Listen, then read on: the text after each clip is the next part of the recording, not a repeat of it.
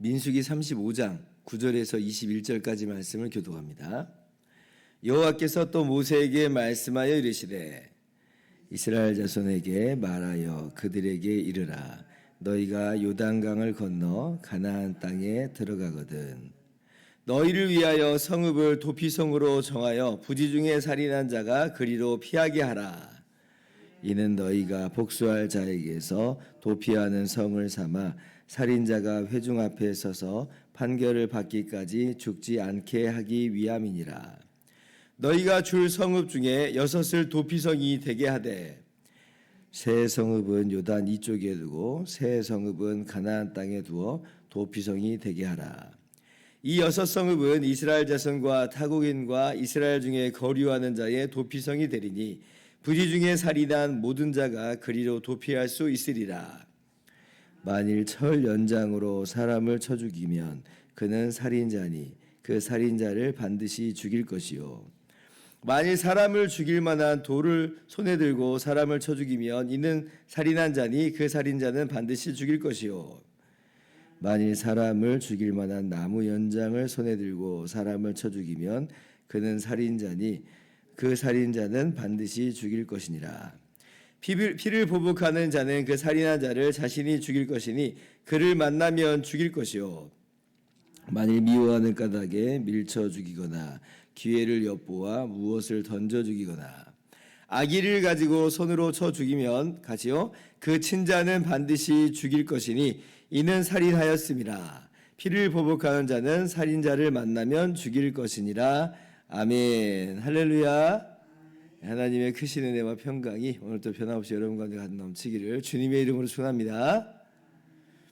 어제 오후에 우리가 민수기 35장 1절부터 8절 말씀을 통해서 하나님께서 레위 지파에게 이스라엘 각 지파 중에서 성읍을 12지파가 땅을 이제 기업으로 받을 것인데 그 중에서 성읍을 이렇게 레위 지파에게 주라 하는 그 말씀을 들었습니다.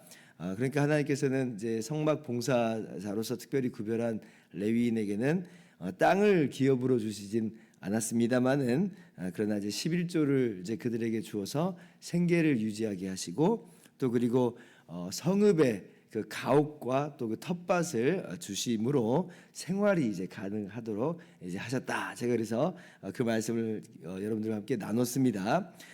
그래서 이제 이스라엘의 12지파가 각기 이제 많이 받은 땅이 많이 받은 지파는 좀 많이 내놓고 적게 받은 지파는 좀 적게 놓고 해가지고 총 48개의 성읍을 레위인에게 이제 주게 됩니다.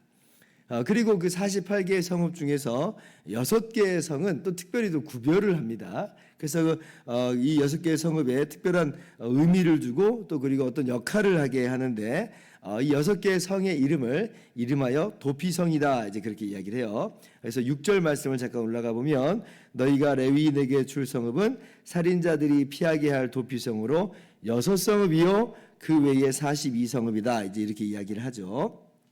그래서 레위인에게 주는 그 6성읍은 이제 도피성으로 또 이름하여서 이스라엘 중에서 기능하게 하시는 거예요. 오늘 우리가 읽은 이제 9절 이하의 말씀은 바로 그 도피성에 대한 말씀인데 그러면 이 도피성이 뭐냐라고 할 때에 이 도피성에 이 재정 목적이 있습니다. 11절 12절을 이제 교독할 텐데요. 자, 너희를 위하여 성읍을 도피성으로 정하여 부지 중에 살인한 자가 그리로 피하게 하라. 12절 같이요. 이는 너희가 복수할 자에게서 도피하는 성을 삼아 살인자가 회중 앞에 서서 판결을 받기까지 죽지 않게 하기 위함이니라. 이게 지금 그래서 어떤 의미로 도피성을 두라 하신 것인지 우리가 알게 되죠. 이 살인한 사람을 위한 일종의 보호 장치를 마련한 것이 바로 이 도피성입니다. 그래서 이 살인한 자가 이 도피성으로 피하여 가서 거기서 공정한 재판을 받도록 하는 거예요. 그러니까 재판을 받기까지 이제 보호를 하는 겁니다. 왜 이런 것들이 이제 요구가 되냐면 이스라엘 사회 가운데 하나님께서 용인하여 두신 이 하나의 또 모습이 뭐냐면, 이 살인한 자에 대해서 하나님께서 피를 보수하는 자, 피를 복수하는 자를 두세요. 그래서 예를 들면 살해당한 사람의 유족이 바로 그 피를 복수하는 자가 되어서 살해한 사람을 죽일 수가 있는 거예요. 그런데 이제 이 사람이 사람을 살해를 했지만 이것이 어떤 의미로 어떻게 하여서 살인하는지는 사실은 잘 모를 수 있잖아요. 이것이 고의적으로 죽였을 수 있고 아니면 어쩌다가 우발적으로 그렇게 일이 잘못 저질러질 수 있는 것인데, 그럼 이제 재판을 받아가서 그것을 판단을 해야 되는데, 근데 이제 살해당한 그 유족의 마음에서는 막 지금 내 가족이 죽임을 당하면 얼마나 마음에 불이 붙겠습니까? 그러니까 막 앞뒤 안 가리고 이 사람을 살해했다는 그 이유로 죽일 수가 있어요. 그러니까 이제 그런 그 것들에 있어서 부지 중에 사람을 죽인 그 사람에 대해서는 보호하는 그런 요량으로 지금 재판을 받기까지 지금 공정하게 재판을 받을 수 있도록 보호해주는 이 일종의 구역을 설정해 놓은 겁니다. 그게 바로 이제 도피성인 것이에요. 그래서 살해한 사람이 이제 도피성으로 가잖아요. 도망을 가잖아요. 피를 복수하는 자를 피해서 내가 잘못을 했으니까, 그러니까 도피성으로 딱 피합니다. 그럼 일단은 이제 그 죽임을 당하진 않아요. 일단은 그래서 이제 도피성으로 딱 피하면 그러면 이제 재판을 받게 됩니다. 재판을 딱 받아요. 재판을 딱 받아서 그러면 이제 이 사람이 정말 고의적으로 죽였는지 아니면 부지 중에 우발적으로 그 일이 일어났는지에 대해서 이제 재판을 하면 좀 답이 나오겠잖아요. 그럼 이제 답이 딱 나왔어요. 근데 이 사람은 사람을 죽였는데 정말 계획적으로 죽였어요. 뭐 철 연장을 가지고 아주 사람을 죽이려고 고안된 돌 연장을 가지고 내지 악한 계획과 의도로서 사람을 죽였습니다. 그러면 이 사람은 도피성에 피했어도 다시 끌어내서 죽입니다. 그러니까 이게 도피성이라고 하는 게 도피성으로 피하기만 하면 뭐 모든 살인자가 다 산다 이거 아니에요. 고의적으로 죽인 사람은 재판을 받기까지는 보호해 주는데 재판 결과 고의적으로 죽인 게 맞으면 끌어내서 죽이게 합니다. 그런데 정말 이 사람은 그렇지 않고 우발적이에요. 실수였어요.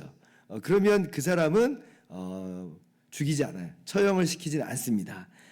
그 경중을 헤아리는 거죠. 그러나 사람을 죽인 것은 죽인 것이기 때문에 그렇다고 또 그냥 돌려보내지는 않아요. 그래서 이 남은 인생을 도피성에서 살게 합니다. 일종의 어떻게 보면 뭐 구치소인 느낌도 조금 살짝 있는 것 같아요. 그래서 감옥과도 같은 어떤 모양. 근데 이제 감옥처럼 무슨 자유가 제약되는 건 아니고 다만 도피성 바깥으로 나가면 안 돼요. 도피성으로 바깥으로 나가다가 그 살해당한 사람의 가족이 만나잖아요. 그럼 또 죽일 수가 있어요. 왜냐하면 피를 흘린 사람은 그 피값을 갚아야 되기 때문에 그렇습니다.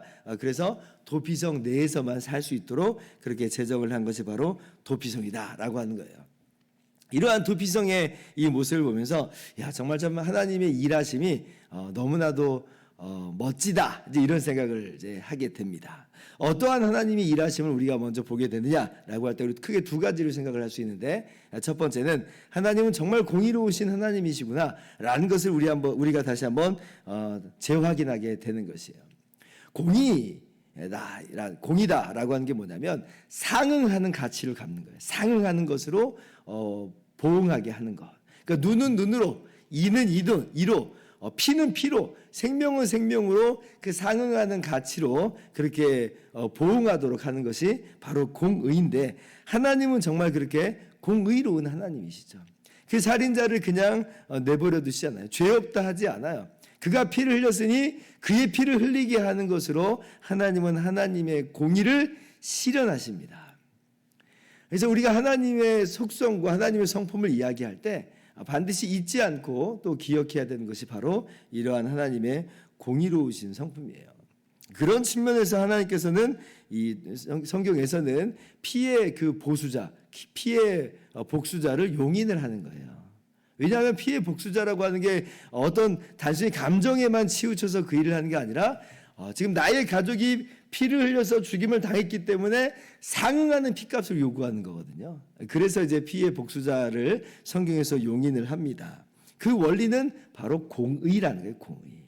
하나님의 공의의 집행자인 거죠. 쉽게 말하면 오늘날은 우리가 이제 국가기관과 권력 가운데서 이 공권력으로 그 일을 하게 하죠. 뭐 개인적으로 우리가 그렇게 피해 복수자가 돼서 직접 처형을 하고 뭐 그러진 않습니다. 그런데 이제 구약 시대에는 이 국가와 또 공권력도 그 일을 하지만 그러나 이 한 사람 그 가족도 그 국가와 또 공권력과 더불어서 이 일을 함께 수행하도록 하는 거예요. 그래서 그 땅 가운데 억울한 피가 흘려지는 일이 없더라. 그래서 피가 흘려졌음에도 불구하고 너무나 억울해가지고 지금 이 공의가 어그러지는 일이 없도록 바로 하나님께서 그러한 일들을 하게 하시는 거죠. 오늘 그래서 이 16절서부터 21절까지 보면 이 반드시 이 고의적으로 막 철 연장으로 돌 연장으로 사람 죽인 사람, 고의적으로 사람 죽인 사람, 계획적으로 사람 죽인 사람 죽이라 하잖아요. 피는 피로, 생명은 생명으로 갚게 하라. 하나님의 공의의 성품이시다.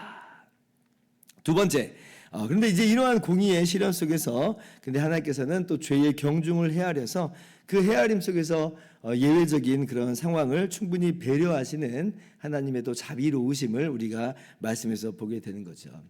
그러니까 똑같이 사람을 죽인 건 맞지만 그러나 실수로 또 부지 중에 죽인 사람은 도피성에서 보호하여 주시는 이러한 하나님의 자비로우심이 있다는 것이에요. 목사님, 근데 좀 궁금한 게 있어요. 그렇게 재판을 했는데, 근데 이제 고의적으로 사람 죽인 거예요. 의도적이지 않았는데 실수였어요. 그러면 그냥 도피성에 계속 살게 하지 않고 집에 돌아가게 하면 되는 거 아니에요? 라고 혹시 우리가 생각할 수도 있는데, 그런데, 그것은 이제, 하나님의 공의의 성품이 맞지 않다는 거예요. 왜냐하면, 어쨌거나 피를 흘렸잖아요. 어쨌거나 사람을 죽였잖아요. 그러면 피는 피값으로 상응해야 되는 것이기 때문에 그렇게 그냥 임의로 실수니까 괜찮아라고 그냥 돌려보내는 일은 없는 것입니다. 그러나 하나님께서는 예외적인 상황임은 충분히 배려하시면서 도피성에 거하게 하시는 것이다라고 하는 거예요. 그래서 어떤 분들은 이제 도피성 자체가 예수님의 어떤 구속 사역을 예표하는 것이다 이렇게 이제 이야기하시는 분들이 있는데 대제사장의 역할, 내일 살펴볼 도피성에서의 대제사장의 역할까지 보면 이제 그런 측면이 있지만 이러한 대제사장의 역할을 빼고 그냥 오늘 말씀만 본다면 이러한 도피성 자체가 예수님의 구속 사역을 보여주는 것까지는 아직은 아닙니다. 왜냐하면 고의적으로 살인한 자는 끌어내서 죽이잖아요. 아니 그러면 우리가 예수님 믿고 주님의 피로 죄 사함을 받았는데 우리가 그럼 고의적으로 지은 죄는 그 용서함 못 받는 겁니까? 이렇게 생각을 해버리면 이거 그냥 도피성을 바로 예수님의 구속 사역으로 직접 연결을 시켜버리면 그렇게도 생각을 할 수가 있어요. 그러니까 근데 우리는 우리의 죄라고 하는 게 맨날 고의적인 죄인 거지. 우리가 의도적으로 악한 마음과 악한 행동을 하지. 우리가 항상 실수합니까? 물론 실수하는 것으로 어쩌다가 우리가 모르게도 죄를 짓지만 우리는 사실 알고 죄 짓는 사람들이거든요. 아니 그러면 누가 우리가 하나님 앞에 설 수가 있겠어요? 예수님의 십자가는 우리가 실수로 우발적으로 하는 죄뿐만 아니라 사실은 우리가 정말 너무나 고의적으로 짓는 죄들도 우리가 자복감에서 회개할 때는 용서하시는 주님의 십자가예요. 그래서 이 도피성 자체가 지금부터 뭐 예수님의 특수사역을 그렇게 이야기하는 것만은 아니다라고 하는 것을 기억할 필요가 있고 다만 내일 살펴볼 대제사장의 역할을 보면서 야 정말 예수님의 십자가 사역이 여기에 또 녹아 있구나라고 하는 것을 우리가 깨달을 수가 있기를 바랍니다. 그래서 오늘 하나님께서는 도피성을 두어서 그렇게 이스라엘을 부지 중에 죽인 사람을 보호하게 하세요. 그래서 이 도피성을 또 하나님이 얼마나 참 자비로우신 하나님이신지 6개를 둬요. 근데 그 6개도 한쪽에 몰려두지 않고 전국에 흩어놓습니다. 요단강 동쪽의 땅에 3개, 그리고 요단강 서쪽의 가나안 땅에 3개. 그래서 피하여 가다가 너무나 거리가 멀어가지고 이제 죽임당하는 이 복수자에 의해서 죽임당하는 일이 없도록 하나님께서 그렇게 배려를 하세요. 마치 우리가 고속도로를 이제 자동차를 타고 가면 한 뭐 3, 40km마다 휴게소가 따박따박 있는 것처럼 도피성이 그렇게 위치마다 자리를 합니다. 그렇게 해서 또 실수로 사람을 죽였는데 그가 또 복수자에 의해서 죽임당하는 일이 발생하지 않도록 바로 그렇게 하나님께서 배려하시는 이 모습을 우리가 도피성에서 보는 것이에요. 그래서 오늘 이 도피성을 보면서 하나님의 공의로우신 성품을 다시 한번 확인하고 또 동시에 그 공의 안에서 하나님의 또 자비로우심을 함께 바라보면서 정말 하나님의 멋진 그 일하심을 우리가 경험하고 또 그 일하심 속에서 오늘 또 살아가시는 저와 여러분들 되기를 주님의 이름으로 축원합니다. 기도하겠습니다.